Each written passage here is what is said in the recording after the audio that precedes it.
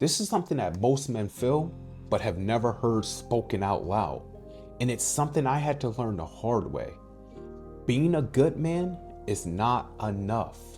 Not because being good doesn't matter, but because goodness without growth slowly turns against you. I know that because there was a season in my life where I was doing everything right on paper.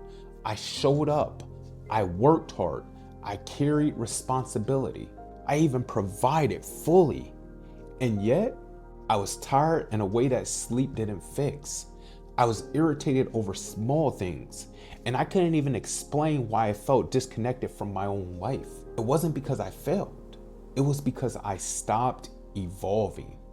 And today, I want to talk about the real cost of that. Now, it's not for the reckless man. It isn't for the irresponsible man. This is for the man I used to be, and maybe the man you are right now.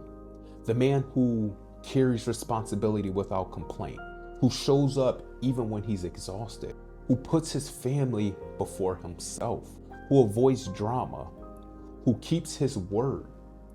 And yet, when he finally slows down, there's a quiet question he avoids asking. Why don't I feel fulfilled? If that question has crossed your mind even once, this conversation is for you.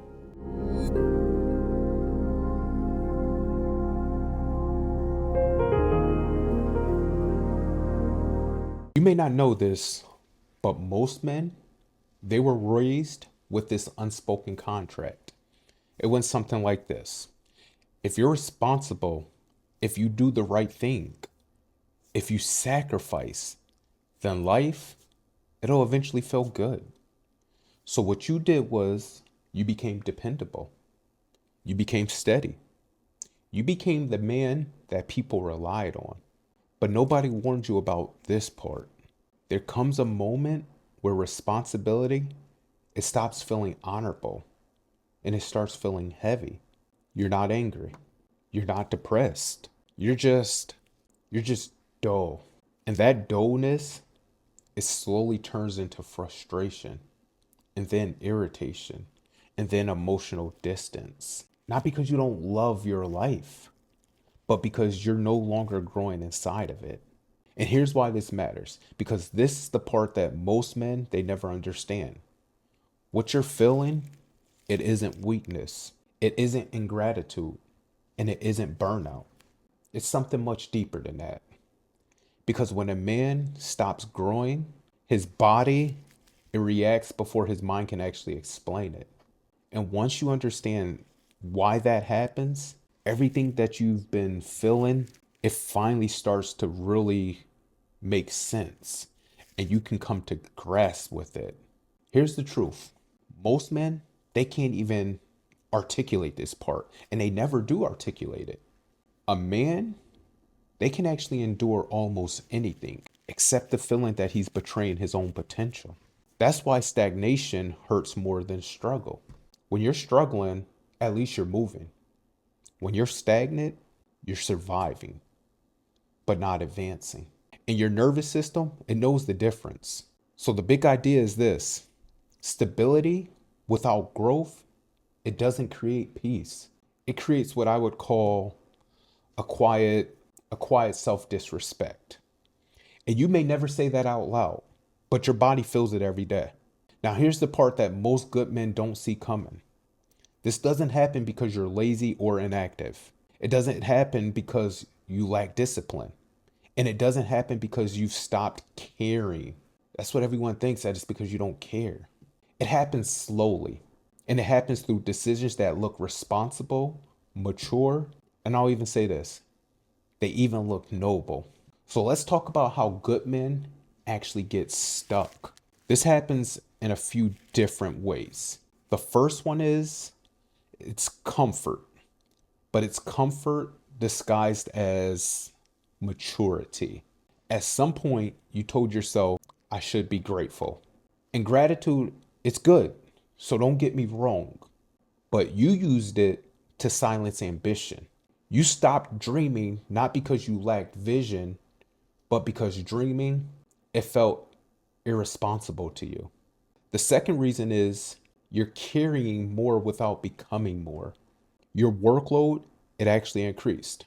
Your stress increased. Your expectations increased. But you didn't. And that imbalance, it creates pressure that has nowhere to go. The third reason is you're avoiding disruption at all costs. Growth, it threatens routines. Growth, it threatens predictability. Growth threatens identity. So you stayed the same, not because you wanted to, but because change felt selfish. Now here's the part that most men don't expect. None of this feels like a mistake while it's happening. It feels responsible. It actually feels mature. It feels like you're doing the right thing. But over time, these decisions, these small decisions, they don't just keep you stable. They start taking something from you. And there's a cost to that. And that cost, it isn't loud, but it's internal. So I want to talk about the real cost that no one warns men about. And men, honestly, they rarely admit this. The first cost is a loss of self-respect. Deep down, you know you're playing small. And that awareness, it erodes your confidence quietly. The second cost is emotional absence. You're present, but you're not alive. Imagine being present, but not breathing, not living. You show up, but you're not engaged. Your family feels it, even if they can't physically see it or name it. The third cost is irritation becomes your default. Little things, they start bothering you more than they should. Not because you're weak, but because growth energy has nowhere to go. The fourth cost is you become a warning. Your children don't learn from your words. They learn from what you tolerate. And hear me carefully. This is not a character flaw. It's not that you're in shambles. And it's not that you failed. And it's not that you're incapable. What you're experiencing is the result of one simple confusion. You learn how to be a good man, but no one never or ever taught you how to be a growing man. But once you see the difference, everything around you starts to change. It starts to evolve. And that's when things start to work out. And this is the pivot that most men miss. A good man maintains. A growing man, he expands. A good man handles life. A growing man shapes it. Growth, it doesn't make you reckless. It makes you honest. Honest about what you want. Honest about what you've avoided. Honest about who you're becoming. I want to be clear about something. Becoming a growing man, it doesn't mean that you're going to blow up your life. It doesn't mean abandoning your responsibilities. And it doesn't mean chasing some reckless version of what you think or what you call success. Growth at this stage in life is much quieter than that. It's about stepping back into your life with intention instead of just enduring it on autopilot. And once you understand that, the path forward, it becomes clear. It becomes reality. It's not about burning your life down. It's about re-entering it with intentionality. So what you need to do is admit you want more and do it without guilt. Wanting more doesn't dishonor what you have. Then reclaim vision. Not money goals, but identity goals. What kind of man do you respect? What kind of man do you strive to be? Then choose one area of deliberate growth. One skill, one habit, one standard.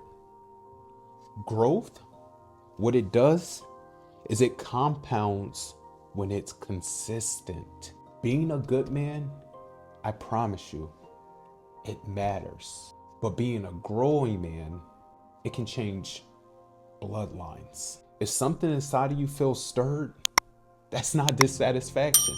That's your potential reminding you that you were not designed to stall. The most dangerous place for a man to live is between who he is and who he knows he can be. And when you're ready, in the next video, we're going to talk about how to actually rebuild your life. Even if you feel like you're starting late. That being said, I'll catch you in the next video. Later.